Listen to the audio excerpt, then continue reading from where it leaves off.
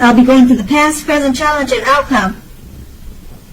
So Leo, in the recent past, we have the Chariot card. Now, this card is about having a lot of energy, but it's not a free-for-all energy. It's a directed, controlled energy, and it has a goal in mind. You probably were feeling pretty clear on what your hopes and dreams involved and what you were willing to do to make them come true. This card, it's about determination and ambition. It's about getting things done and testing and proving that you've got what it takes. This is a sign that you should have moved forward with whatever you had in mind and give it your best shot. Remember, though, that you would have needed to use both your intellect and your heart in order to truly, fully be successful. Now, the Chariot card is paired with the Eight of Swords. Now, you could have been holding yourself back because you feared moving into the future, or because you were afraid of getting hurt by a new situation, or it could have been for no reason at all. You needed to think through what it is you were afraid of, because the truth of the situations are probably much less frightening than your mind was making it out to be. Now, those two cards are the recent past. Let's move on to the present. We have the Star card. With the Star card, you are probably finding yourself feeling inspired, and you will be feeling more hopeful about the future than you have in a while. You also will have your confidence will be at a peak, and you'll be feeling that your needs are being met, whether these are emotional or financial. Okay, both of them. It could be both of them. They'll both be met at this time.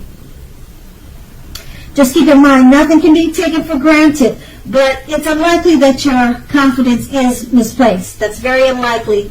And this is also a spiritual card. You could find yourself, at least for a time, feeling at one with all creation. It's not a common feeling, so make sure you savor it. The Star card is paired with the Four of Swords. Now, if you take a look at this picture, it's showing that there's a need for a break from normal life. This can also mean that you or someone in your life, they have withdrawn. And this would be for a time. Keep in mind that the withdrawal is not likely to be permanent. It also occasionally could mean illness or time in the hospital or in jail.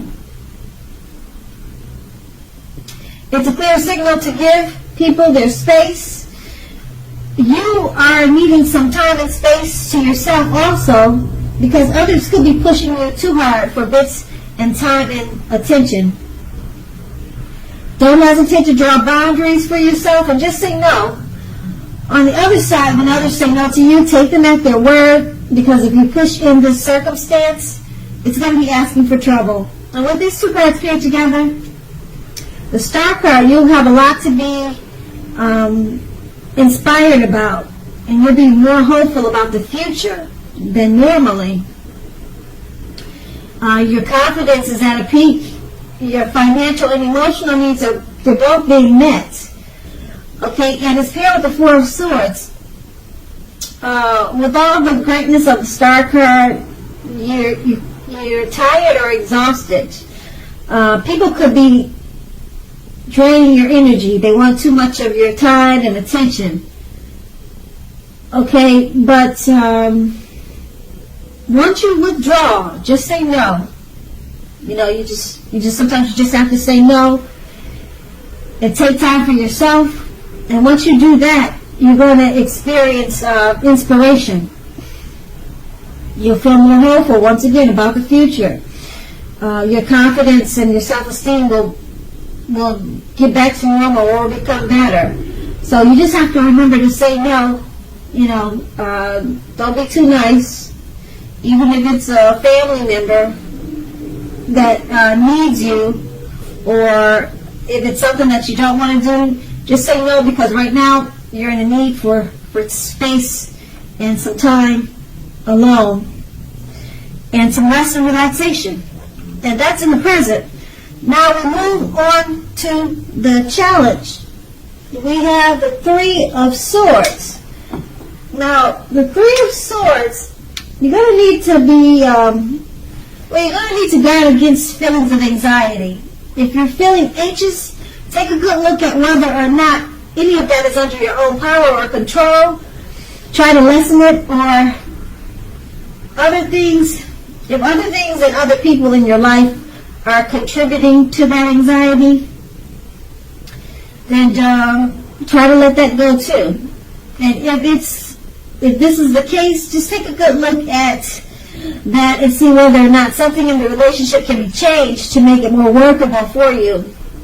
There's something about this time period that can cause people to feel like their life should be in some way more or bigger than it is. So try to take comfort and joy in the ordinary things, and just know that that's where the beauty lies. The Nine of Swords is paired with the Five of Cups. Now this is another card which reminds us that when we put our focus in life, it has a great deal to do with the quality of our lives and how well it works for us. What are you going to choose to focus on? That's the question you should ask. The implication is extremely clear. Are you going to cry over spilt milk, or are you going to focus on the milk you have and get on with your life? Now, the point is, watch where you put your focus and make sure that the focus is for your highest good. With these two cards paired together, you could be feeling anxious, have some anxiety. You need to take a look at yourself and figure out where is it coming from. Okay? Are you doing what the Five of Cups is indicating, that you're crying over spilt milk and it's causing you some worry and anxious feelings? Because it seems that way. It's the Five of Cups is saying that you need to make sure where you put your focus on. Now, with these two cards put together, you're focusing on something that's causing you anxiety. So you might not want to do that. You want to focus on the milk that you still have, not the milk that has spilled. Okay, that's under the, what did they say, under the water and over the bridge. You can't get it back. So just focus on the milk that you still have, and that will help. That should help relieve some of the anxiety or whatever it is that's causing you some anxious feelings. And that's going to be the challenge. Now we move on to the outcome. We have the Tower card. Now with this card, you could be holding too tightly to the status quo, and that can be a disaster. You have to remember to roll with the changes. It's probably likely that some people or situations that you counted on as being there for you, they may no longer be there for you in quite the same way. Now keep in mind, this does not have to be drastic. Change is the nature of life. If you try to prevent it, it's going to be like trying to row upstream without a paddle. If you have been building castles in the air, this is the time that some of them could come crashing down. Keep in mind, that's only a problem if you let it be. You'll be able to replace them with more realistic and reachable dreams and goals if that happens this month. Dreaming is important, but it's also important to be living in a reality too. The Tower card is paired with the Seven of Cups. Now, this is a card about choices. It indicates confusion and can even also point to disorganization and having just too much going on. This card, it's about needing to narrow your focus. You're probably trying to do too much and doing most of it not very well. Choose just a few things on your plate and work through them one by one. You may be feeling overwhelmed. Remember that you can control at least some areas. How much you're trying to take on, that's going to be up to you.